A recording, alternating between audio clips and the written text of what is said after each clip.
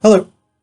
So in this video, we're going to talk about teaching a portfolio course. And that's a very big brief. That includes a lot of potential stuff. So we're going to cover just a couple of things that you really want to do to set up a successful portfolio course.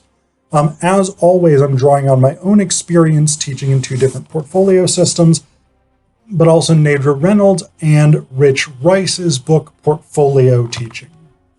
So one of the things that Reynolds and Rice say that I think is really, really important in terms of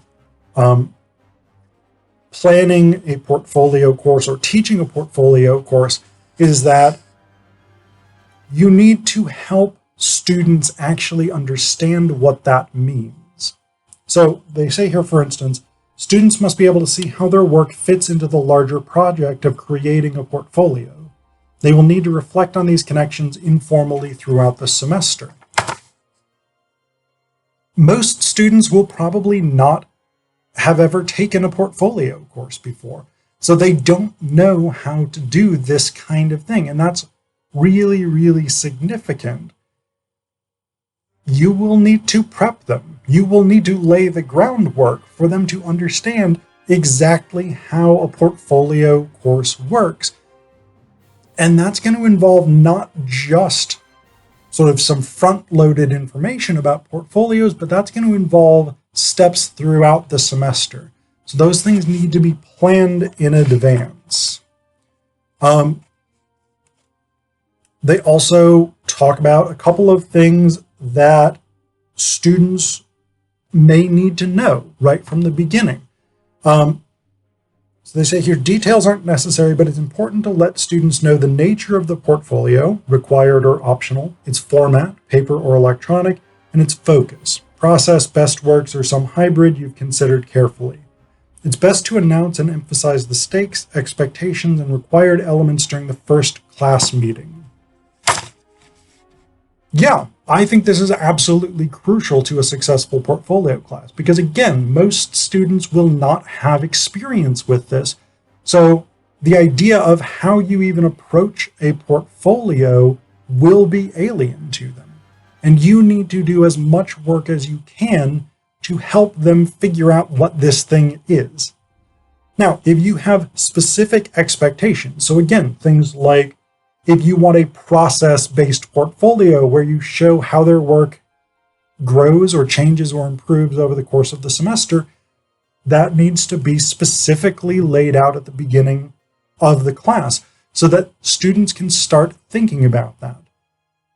If you have particular expectations, like you will have X number of reflective components, whatever it is, any of those things need to be clearly defined up front, so that, again, students can start planning and start generating the work that they need to do to be successful. You also, I think this is a thing that really is important. You should be explaining to students how you're going to be grading these portfolios. What are the assessment metrics you're going to be using, and what's the assessment process? I've taught in programs where students would turn in an in-progress draft and they would get feedback, and then they could take that feedback and revise it for the final portfolio, but they didn't get a grade on it. I've also taught in programs where students got an in-progress grade on their draft, and then they could revise toward the final portfolio. I think you should explain the approach that you're taking to grading and why. Also, think about explaining how the portfolio is being weighted in the class. Like, is this a participation is 20% and the portfolio is 80% type system? Or is this each of your in-progress drafts is weighted a certain percentage? Say each of your in-progress drafts for 5 essays is weighted at 10%, participation is 10%, and then the portfolio as a whole is 40%. Whatever it is, whatever your grading breakup is, you should make students aware of that toward the beginning. You should also be prepared to answer students' questions about portfolios because they will have them.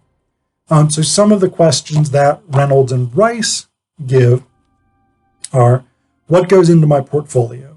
Can I include short, informal pieces? How much revision and editing do they need? Can I include a journal entry without changing it at all? How much does the portfolio count in my final grade? How will my portfolio be graded? Will you be grading it? Will you consider improvement and effort in the grade? And how soon should I start? I think that's a great set of questions for you as an instructor to think about. And even if not all of that information, for instance, goes into your syllabus, be prepared to answer those questions when students ask them, because those are really important pieces of information. And you should have an answer to those. You should know what you're expecting if you're going to hold students to those standards. And that's actually always true with any sort of grading, any sort of essay or something like this. You should try and be as clear as possible about what your expectations are. A couple of other things in terms of planning for a portfolio course, things that Reynolds and Rice talk about here. One is assign plenty of writing. That can be unappetizing as an instructor, especially if you feel that you have to grade or give feedback on everything. Assigning a lot of writing can make the class feel overwhelming, particularly if you teach a lot of students.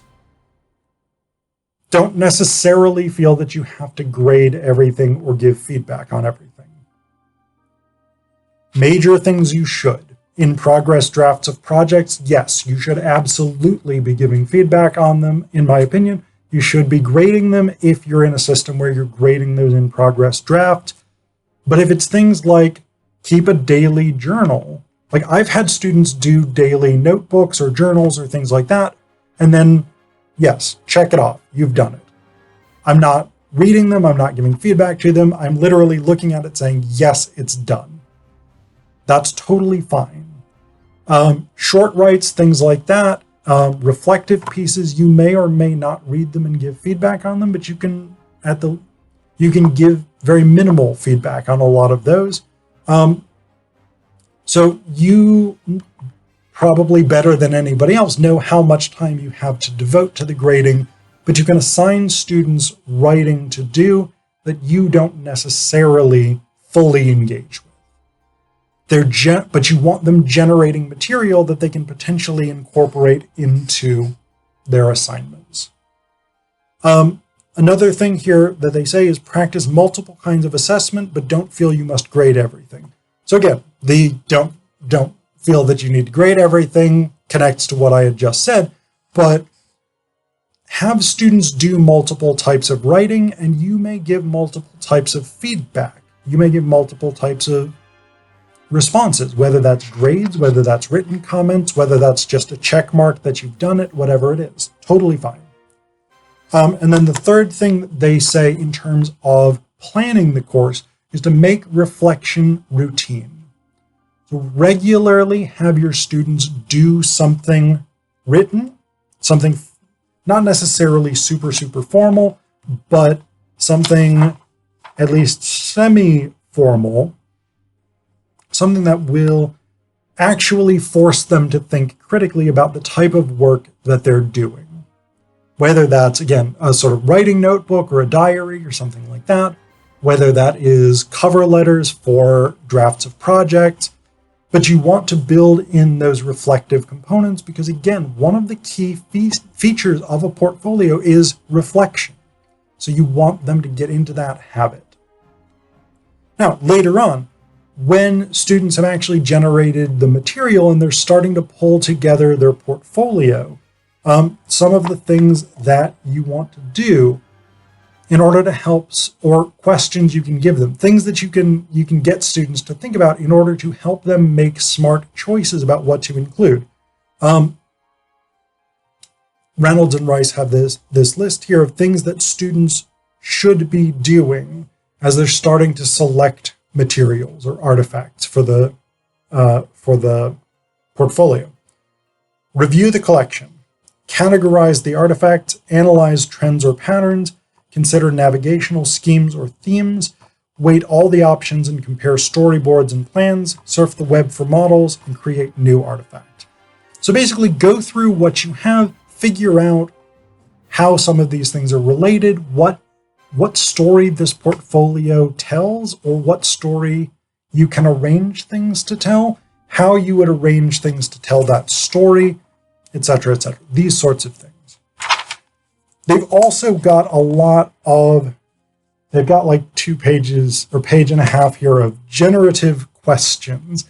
So these are things that you can ask students to think about if they're struggling to identify artifacts, organize the materials, etc., etc.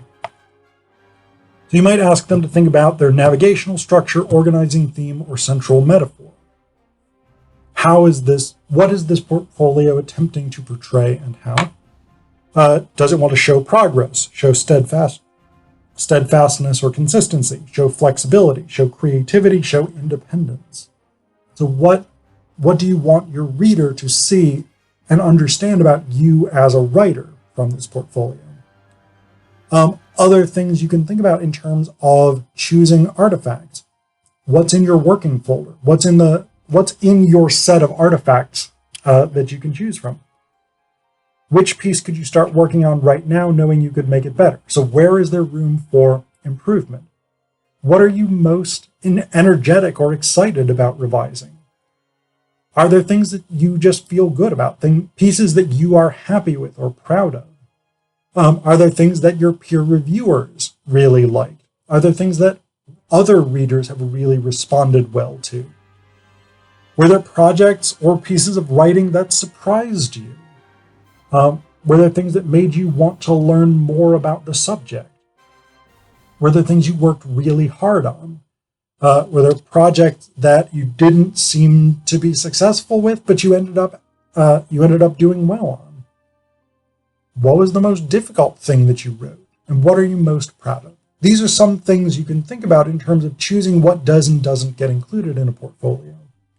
And then to help maybe exclude some things that you don't want to put in, you can think about if there's a piece you just really don't want to return to, something that you dread working on again. Are there things that you would want to make major changes to? Perhaps changes bigger than you have time to do for the portfolio? And do you have the energy to revisit some of these projects again? So those are really the kinds of questions that Reynolds and Rice suggest asking.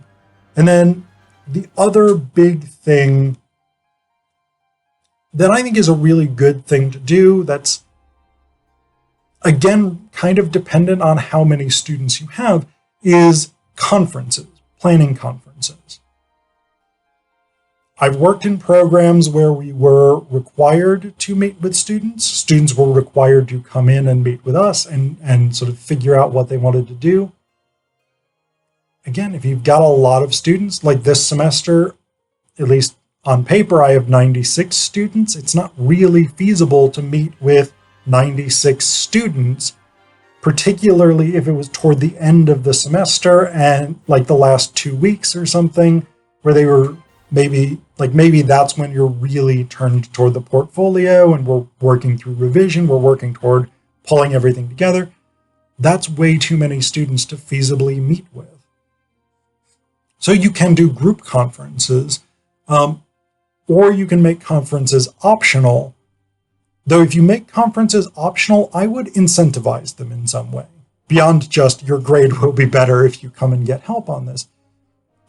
So you could offer, for instance, a boost to the student's participation grade if they come in for a portfolio planning conference or something like this. But basically, if you can meet with students either individually or in small groups to work through their portfolio planning revision, and reflection processes, that's really going to help them figure out what they're doing and how they want to approach it to maximize their success.